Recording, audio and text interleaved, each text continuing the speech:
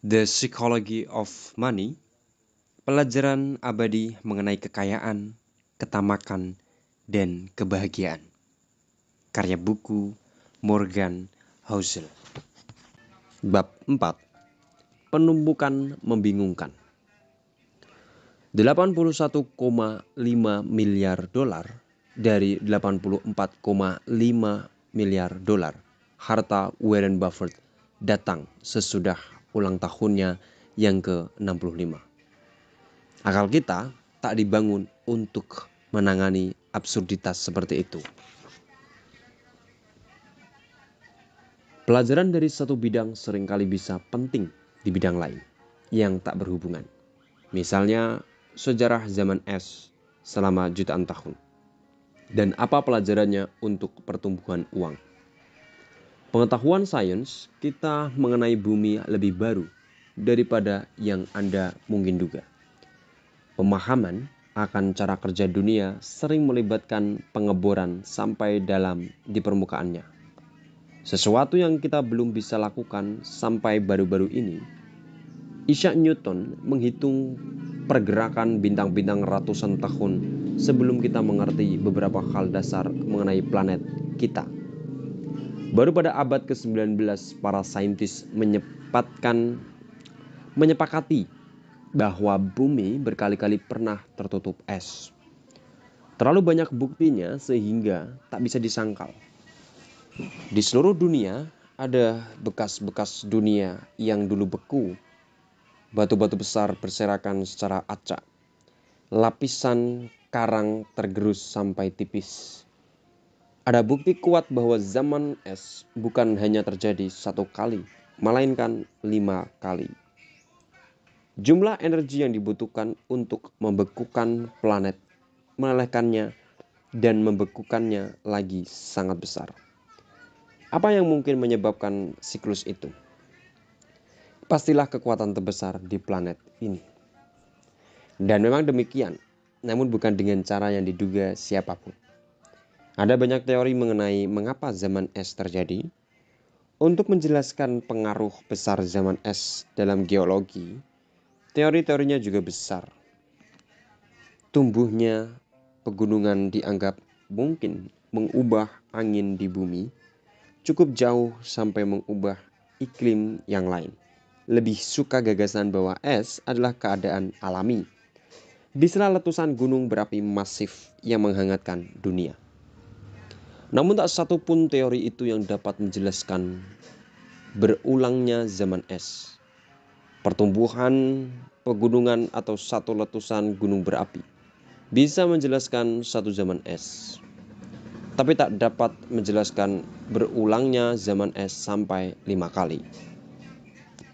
Pada awal 1900-an, seorang saintis Serbia bernama Milutin Milankovic mempelajari posisi bumi relatif terhadap planet-planet lain dan mengajukan teori zaman es yang kita sekarang ketahui akurat. Tarikan gravitasi matahari dan bulan mempengaruhi gerak dan kemiringan bumi terhadap matahari. Dalam bagian-bagian siklus itu yang bisa berlangsung puluhan ribu tahun tiap belahan bumi mendapat lebih banyak atau lebih sedikit radiasi matahari daripada biasanya. Itu yang bikin seru. Teori Milankovic awalnya berasumsi bahwa kemiringan belahan-belahan bumi menyebabkan musim dingin yang cukup dingin untuk mengubah seluruh planet jadi es. Namun seorang ahli meteorologi Rusia bernama Vladimir Koppen menggali karya Milankovic lebih dalam dan menemukan nuansa menarik. Biang keladinya bukan musim dingin yang dingin, melainkan musim panas yang sejuk. Awalnya ketika satu musim panas tak pernah cukup panas untuk melelehkan salju dari musim dingin sebelumnya, dasar es yang tersisa mempermudah salju menumpuk pada musim dingin berikutnya, yang menambah peluang salju bertahan pada musim panas berikutnya. Yang menarik, lebih banyak salju lagi untuk menumpuk pada musim dingin berikutnya lagi. Salju yang terus-menerus ada memantulkan lebih banyak cahaya matahari sehingga memperparah pendinginan yang mendatangkan lebih banyak salju dan seterusnya. Dalam beberapa ratus tahun, timbunan salju musiman tumbuh menjadi lapisan salju yang menutupi satu benua. Begitulah. Kebalikannya juga terjadi.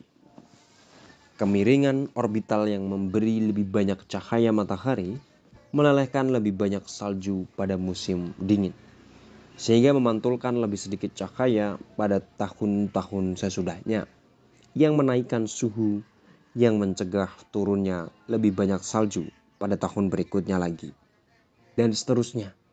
Itulah siklusnya. Yang hebat adalah bagaimana sesuatu yang besar bisa tumbuh dari perubahan kondisi relatif kecil. Awalnya lapisan tipis salju yang tersisa karena musim panas sejuk yang tak terpikirkan orang. Kemudian dalam sekejap secara geologis, seluruh bumi tertutup es setebal 1 kilometer. Seperti kata ahli glasiologi Gwen Scott, yang menimbulkan lapisan es bukan banyaknya salju, melainkan salju yang bertahan, sedikit apapun. Pelajaran besar dari zaman es adalah bahwa Anda tak perlu kekuatan besar untuk menciptakan hasil besar. Jika sesuatu bisa menumpuk compound, jika sedikit pertumbuhan menjadi dasar pertumbuhan berikutnya, dasar kecil pada awal bisa mengarah ke hasil yang begitu luar biasa, sampai tampak bertentangan dengan logika. Saking bertentangannya, Anda meremehkan kemungkinannya, tak menyadari dari mana pertumbuhan berasal dan apa yang bisa dihasilkannya. Begitu juga dengan uang. Lebih dari 2000 buku membahas bagaimana Warren Buffett membangun kekayaannya. Banyak yang bagus, namun hanya sedikit yang cukup memberi perhatian ke fakta paling sederhana. Harta Buffett bukan hanya karena dia investor hebat, melainkan karena dia investor hebat sejak masih anak-anak. Saya menulis ini ketika harta Warren Buffett bernilai 84,5 miliar dolar. Dari jumlah itu, 84,2 miliar dolar terkumpul sesudah ulang tahunnya yang ke-50. 81,5 miliar dolar datang sesudah dia memenuhi syarat Social Security pada pertengahan umur 60-an. Warren Buffett ialah investor yang fenomenal. Namun Anda melewatkan satu hal penting jika menganggap semua keberhasilannya disebabkan keahlian investasi. Kunci keberhasilan Buffett yang sebenarnya adalah bahwa dia sudah jadi investor fenomenal selama 3/4 abad. Andai dia mulai berinvestasi pada umur 30-an dan pensiun pada umur 60-an, mungkin hanya sedikit orang yang bakal kenal dia. Lakukan percobaan perkiraan berikut. Buffett mulai berinvestasi serius ketika berumur 10 tahun. Waktu dia berumur 30, hartanya sudah 1 juta dolar atau 9,3 juta kalau disesuaikan dengan inflasi. Bagaimana jika dia orang yang lebih normal, menghabiskan masa remaja dan dewasa muda, menjelajah dunia dan mencari apa yang dia suka, dan pada umur 30 hartanya misalnya 25.000 dolar, dan dianggap dia masih bisa mendapat hasil investasi tahunan luar biasanya 22% per tahun. Tapi dia berhenti berinvestasi dan pensiun pada umur 60 untuk main golf dan mengasuh cucu. Kira-kira beberapa hartanya hari ini?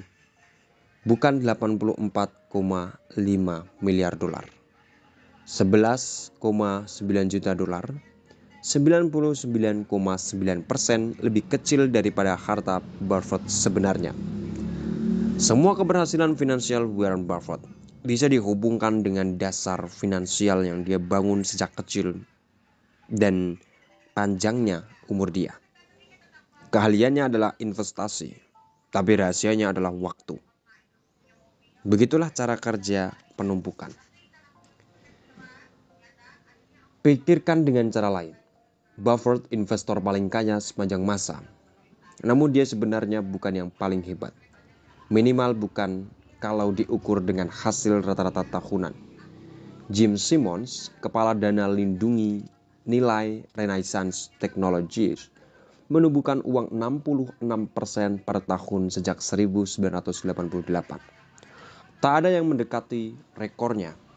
Kita sudah lihat Buffett menumbuhkan uangnya kira-kira 22% per tahun, sepertiga Simons. Harta Simons ketika saya menulis ini adalah 21 miliar dolar. Saya tahu ini kedengaran konyol, mengingat angka-angka yang kita hadapi. Tapi dia 75% lebih tidak kaya daripada Buffett. Mengapa beda jauh? Jika Simons investor yang lebih hebat. Karena Simon tak menemukan irama investasinya sampai berumur 50 tahun. Jumlah tahun yang dia punya untuk menumpuk kekayaan lebih sedikit daripada Buffett.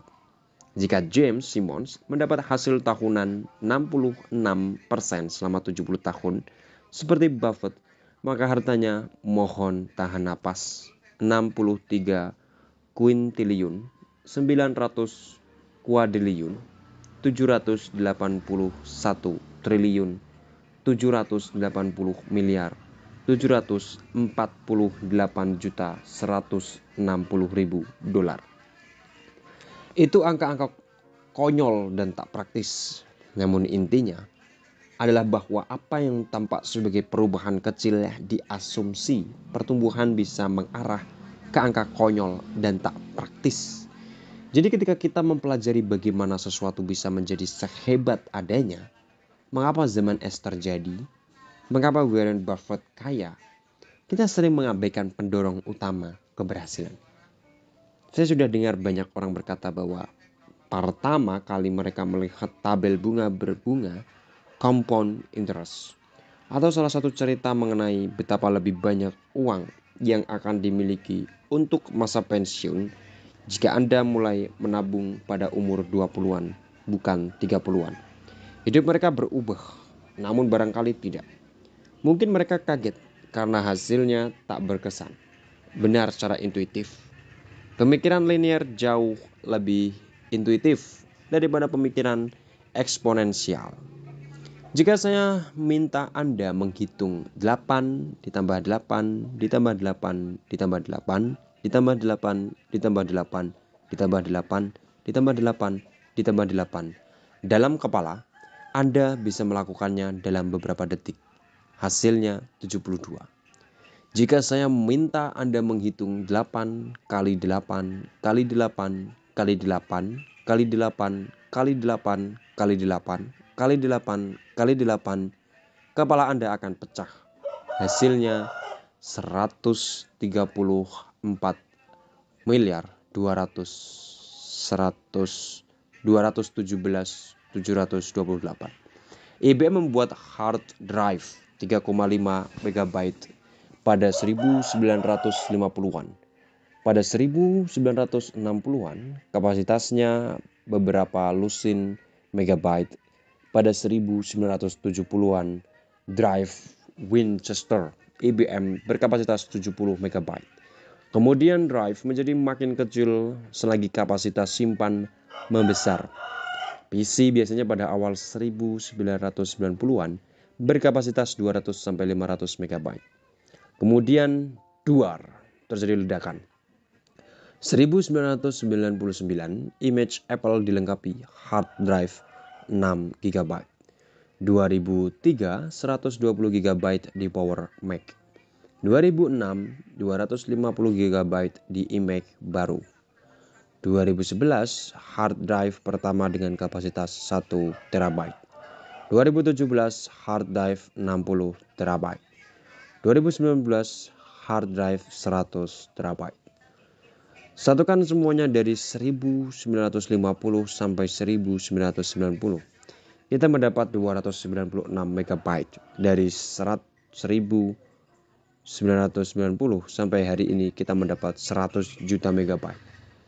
Jika Anda seorang yang optimis dengan teknologi pada 1950-an, Anda boleh jadi memprediksi bahwa penyimpanan praktis bakal menjadi 1000 kali lebih besar.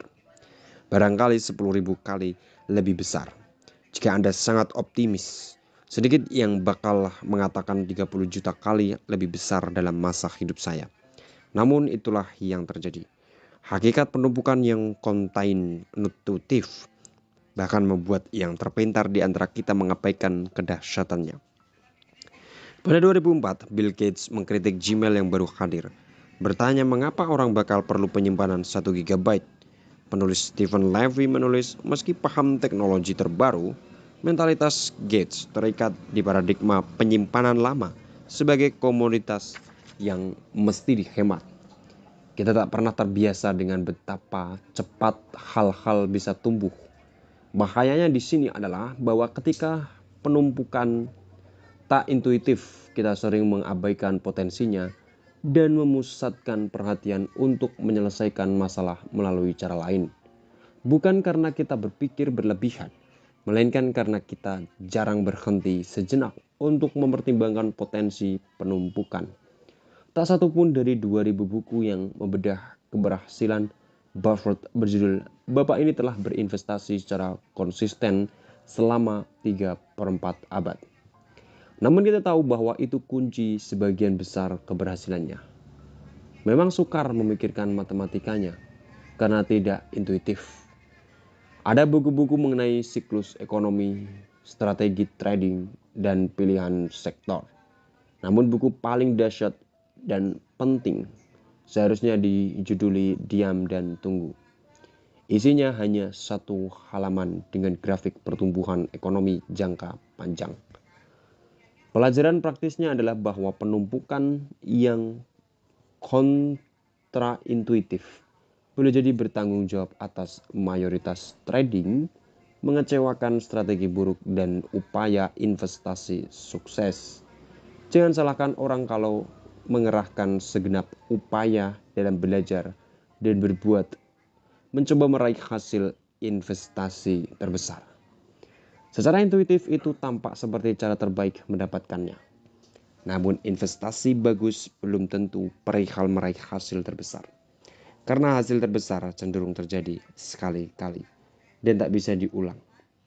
Yang lebih penting adalah mendapat hasil lumayan yang bisa diandalkan dan diulang selama-lamanya. Barulah penumpukan bisa menggila. Kebalikannya, meraih hasil besar yang tak bisa dipegang mengarah ke beberapa cerita tragis. Kita akan butuh bab berikutnya untuk menyampaikan ceritanya.